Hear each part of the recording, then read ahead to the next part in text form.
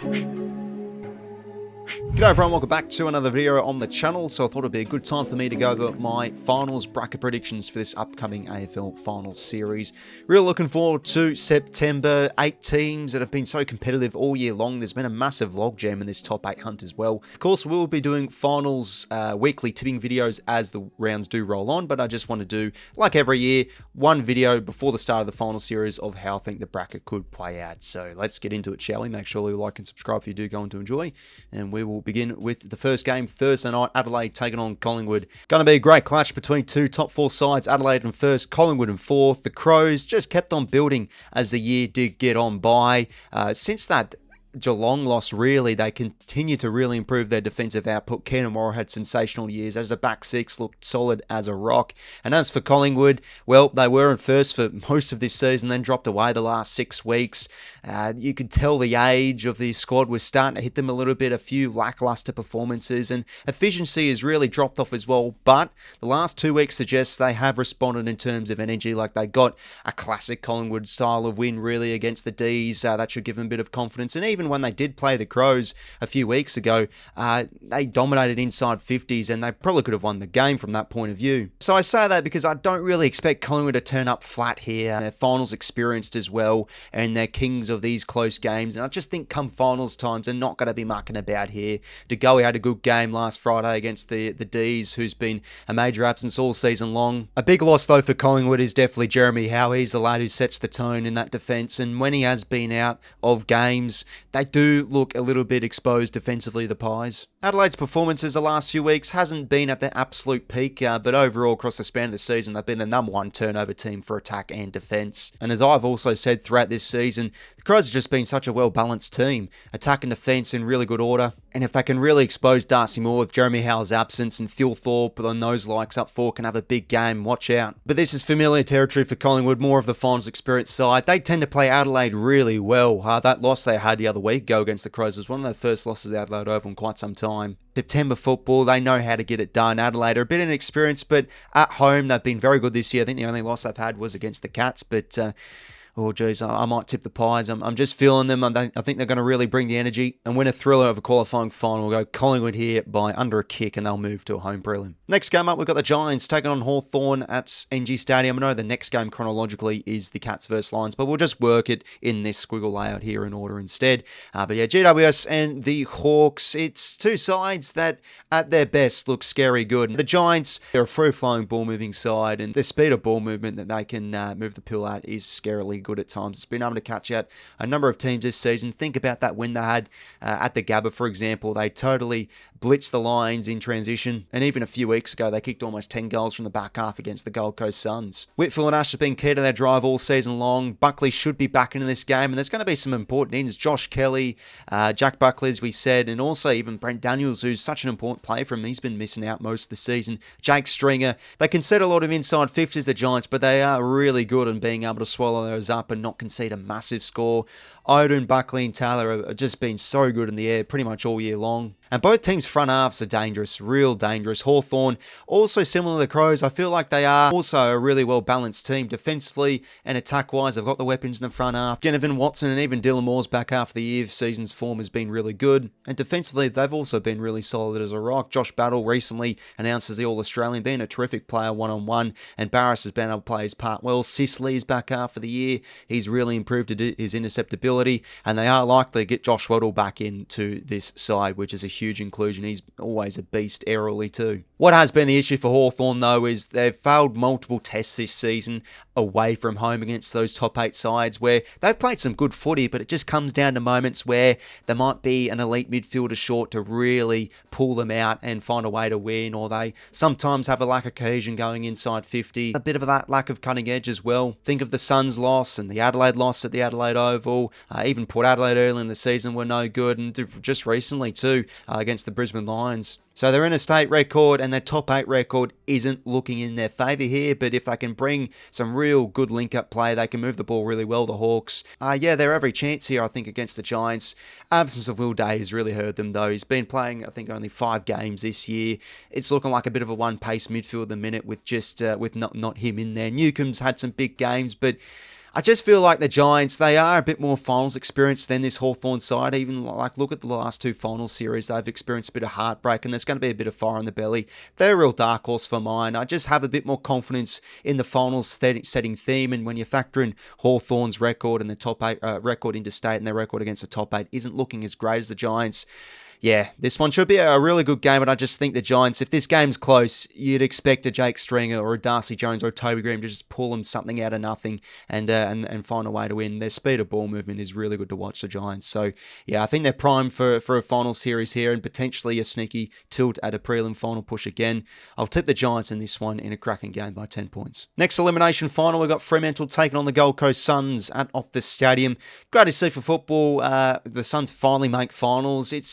Yeah, just to get that monkey off the back, really, because if they were to fail this year, when are they ever going to do it? So now to see them finally make it, it's good for footy. So all the eyes on the Suns, I reckon. There is a bit of pressure on Fremantle just to get this done, but you don't want to be writing off the Suns too much, because when they can win that contested footy, I mean, they've been one of the top clearance sides all season long. They can lock the ball in the forward half really well. Rioli and Noble have been key to their drive of half-back. Rowell and Anderson have been the real business in that midfield, especially Rowell's second half of the year. It has been something out of this world. Looking at the Dockers, it was a real inspired type of performance against the Bulldogs last time out to secure their place in September. I did back them in. I was pretty bullish on them, and you'd think at home here against Gold Coast with no finals experience or little to no finals experience, you'd think they'd be, they'd have the mental advantage here, really. I think we all know with Fremantle, when they move the ball with a bit of pace and really take the game on through the corridor, they are a fantastic team to watch and a real damaging side as well. But it's been times where they overuse the footy too much and just go too slow. They're a really vulnerable and timid side when they move the ball slow. So the goal is for Gold Coast is to really ramp up the forward half intercepts. They've been pretty good in that area this season. So try and lock the ball in that front half and don't give Fremantle that run and gun. The Suns have really matured as a side this season. Apart from the Port Adelaide and Crows capitulation, they've been an impressive team to watch. They've passed multiple tests this season where we've expected them to fail. This one away from home, I think, is probably a bridge too far for them though, because I don't know what to expect. Could they get pummeled here in their first final series?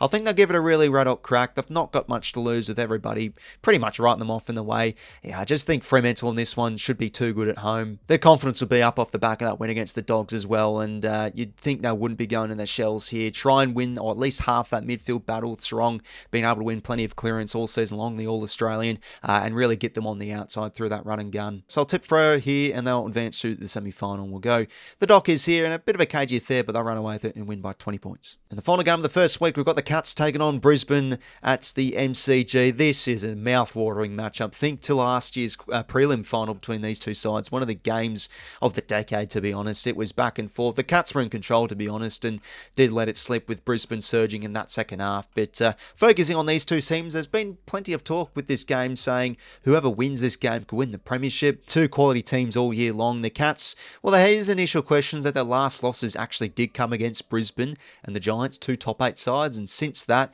they've won all their games against the bottom 10 sides. But to be fair, Sydney were a top 8 form side since the bye, and there was a real comprehensive win they did have. Well-drilled side, the Cats. They're just so efficient with how they move the ball. One of the more efficient teams with being able to score per inside 50. And from the injury front of things, they're pretty much all good to go. Whilst for Brisbane, they've had quite a bit of personal issues across this season, especially the back half of the year. Jack Payne with his season done, same with Noah Ainsworth. Harris Andrews has been massive, to be fair, the last 8 weeks or so with his All-Australian blazer credited to him. And also goes to show how good Brisbane's depth is. Like they've had a number of personal issues, but they've still played some excellent football. They always bat really deep in the midfield. Lachie Neale to come back into this game, raring to go, you'd think, for this finals matchup. Midfield battle's going to be a really interesting say on this game, I feel. Bally Smith recently just announced the Coaches Association Player of the Year, and Max Holmes snubbed of All-Australian, who will definitely be in that centre-bounce mix, you feel. And Tom Atkins been a tackling machine all year, but Brisbane's midfield, as we do say, really does back deep with Lachie Neale coming back in and McCluggage.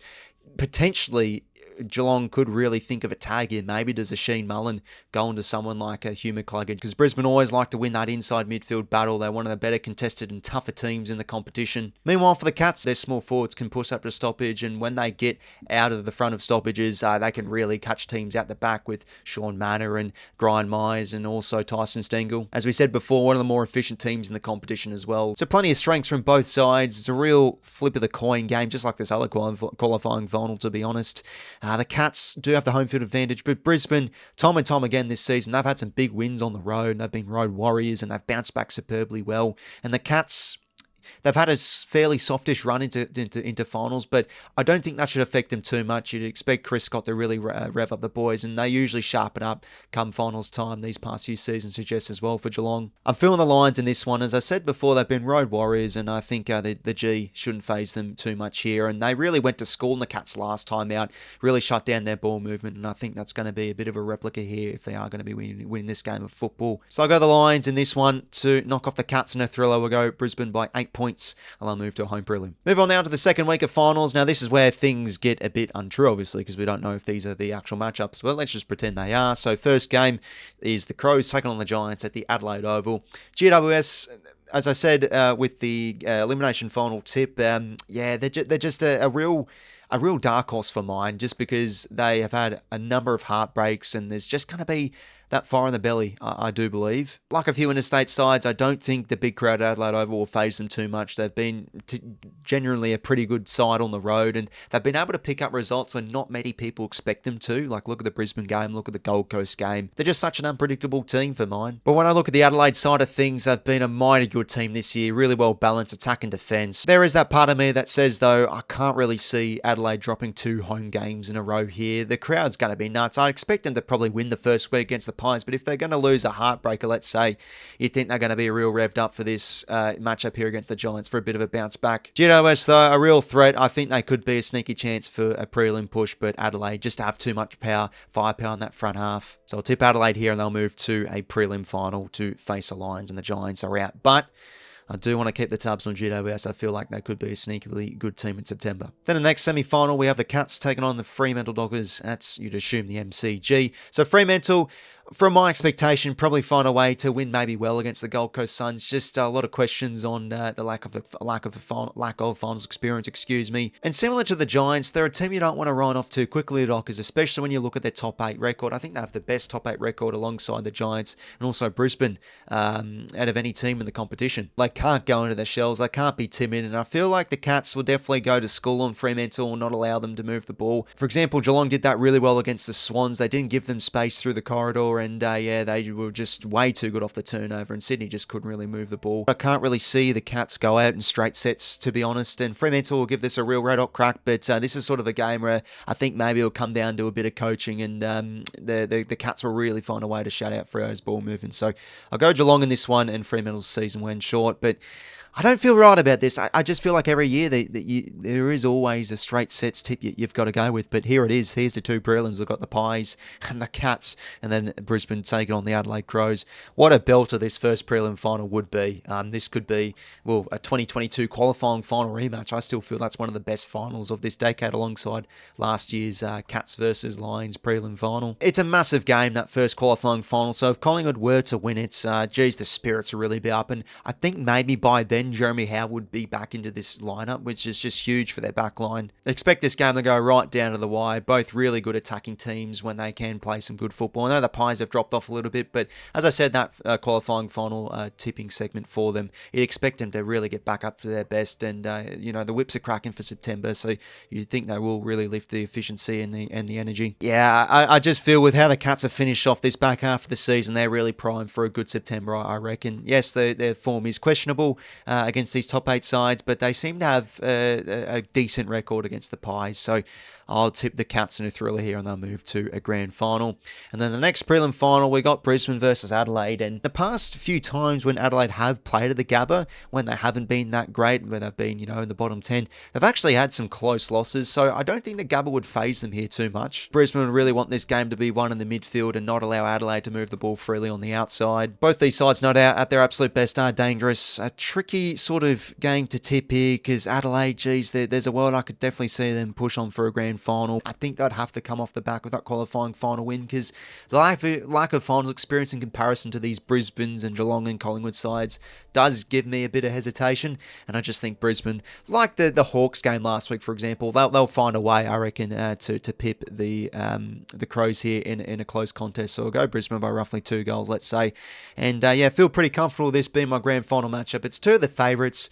It might not be the case. I still feel like one of these bottom 5th or 8th ranked sides could definitely push on for a sneaky prelim push. But anyways, these two sides, the Cats and the Lions, finals experienced sides, confident sides as well. So I don't think there'll be any capitulation like a certain team that I do support the last few seasons when they've played in grand finals. Cough, cough. I'll stop stitching up my own team here. Anyway, these are two real red-hot sides at their absolute best.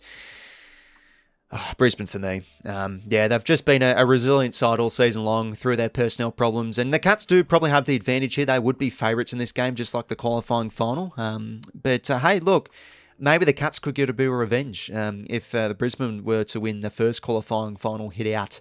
And you know, they'd obviously go into school on how to beat Brisbane. They have no fears of the MCG. I think the Lions can definitely see the Cats win the flag. Don't get me wrong. Their outside game is some of the best in the competition. But I just have that feeling Brisbane are going to go back-to-back in September. So there's my finals predictions, everybody. Let me know yours down below in the comment section. Going to be a ripping September of football. We'll be live streaming most of the game. So make sure to tune into the streams and say hi. And hey, no Swannies in the final, so I'm a total neutral for this one. I think every team's a genuine chance here for the premiership, given how competitive this top 8 has been. And yeah, that's pretty much it from me, everybody. Let me know your thoughts down below. Until next time, I'll talk to you later. See you later, fellas.